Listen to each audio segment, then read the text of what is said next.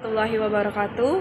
Perkenalkan, nama saya Miftahul Jannah. Saya dari kelas D4 Agizi dengan NIM PO 7131224041. Di sini saya akan memberikan alasan tentang beberapa pelanggaran yang sesuai atau tidak sesuai dengan nilai-nilai Pancasila.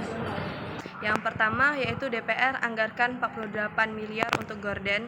Itu melanggar sila kelima karena penganggaran yang besar untuk hal yang tidak esensial itu seperti penggandaan gorden berpotensi bertentangan dengan nilai keadilan sosial, terutama ketika banyak sektor penting seperti kesehatan, pendidikan, dan kesejahteraan sosial masih membutuhkan alokasi dana yang lebih besar. Ini terdapat pada pasal 23 ayat 1 Undang-Undang 1945 yang menyatakan bahwa anggaran pendapatan dan belanja negara itu ditetapkan setiap tahunnya dengan undang-undang. Anggaran harus digunakan seefisien mungkin dan dialokasikan dengan penting. Yang kedua yaitu ribuan narapidana dapat remisi, termasuk menteri yang terjerat korupsi. Ini melanggar sila kedua karena remisi bagi narapidana termasuk yang terkait dengan korupsi, dapat dilihat sebagai tidak sesuai dengan nilai keadilan. Jika tidak didasarkan pada pertimbangan yang adil dan proporsional, terutama bagi pejabat yang melakukan tindak pidana korupsi, remisi bisa dilihat sebagai ketidakadilan, mengingat dampak korupsi pada masyarakat luas. Terdapat pada pasal 28D ayat 1 Undang-Undang 1945 yang menyatakan bahwa setiap orang berhak atas pengakuan, jaminan, perlindungan, dan kepastian hukum yang adil serta perlakuan yang sama di hadapan hukum. Yang ketiga yaitu bantuan El Nino sebesar 400.000. Ini sudah termasuk sila kelima, yaitu pemberian bantuan kepada masyarakat yang terdampak oleh bencana alam seperti El Nino adalah sesuai dengan nilai-nilai Pancasila yang menuntut negara memberikan bantuan kepada mereka yang kurang mampu dan yang terdampak bencana. Bantuan ini sejalan dengan keadilan sosial asalkan tepat pada sasaran dan mencukupi kebutuhan.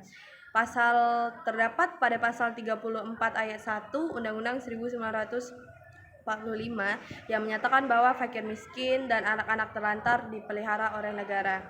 Yang keempat yaitu impor beras 2 juta ton. Ini termasuk sila kelima karena impor beras dapat menimbulkan polemik, dapat mengganggu kesejahteraan petani lokal. Tetapi jika dilakukan untuk memenuhi kebutuhan pangan nasional akibat gagal panen atau krisis lainnya, ini dapat dianggap langkah yang diperlukan karena menjaga persatuan dan kesejahteraan rakyat. Terdapat pada pasal 33 ayat 3 Undang-Undang Dasar 1945 yang menyatakan bahwa bumi, air, dan kekayaan alam terkandung di dalamnya sebesar-besarnya kemakmuran rakyat.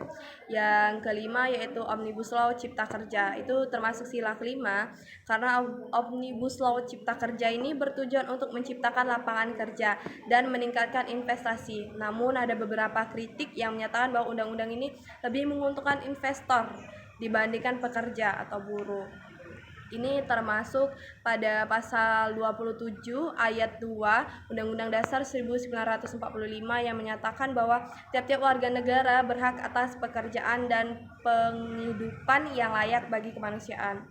Yang keenam yaitu pembelian 24 pesawat tempur. Ini termasuk sila ketiga karena pembelian pesawat tempur itu untuk memperkuat pertahanan negara adalah sah dan sesuai dengan nilai-nilai Pancasila jika dilakukan dengan transparan, efisien, dan benar-benar dibutuhkan untuk menjaga kedaulatan rakyat. Itu terdapat pada pasal 30 ayat 1 Undang-Undang Dasar 1945 yang menyatakan bahwa tiap-tiap warga negara berhak dan wajib ikut serta dalam usaha pertahanan dan keamanan negara. Alasan saya tentang beberapa pelanggaran yang sesuai ataupun tidak sesuai dengan Pancasila. Terima kasih. Wassalamualaikum warahmatullahi wabarakatuh.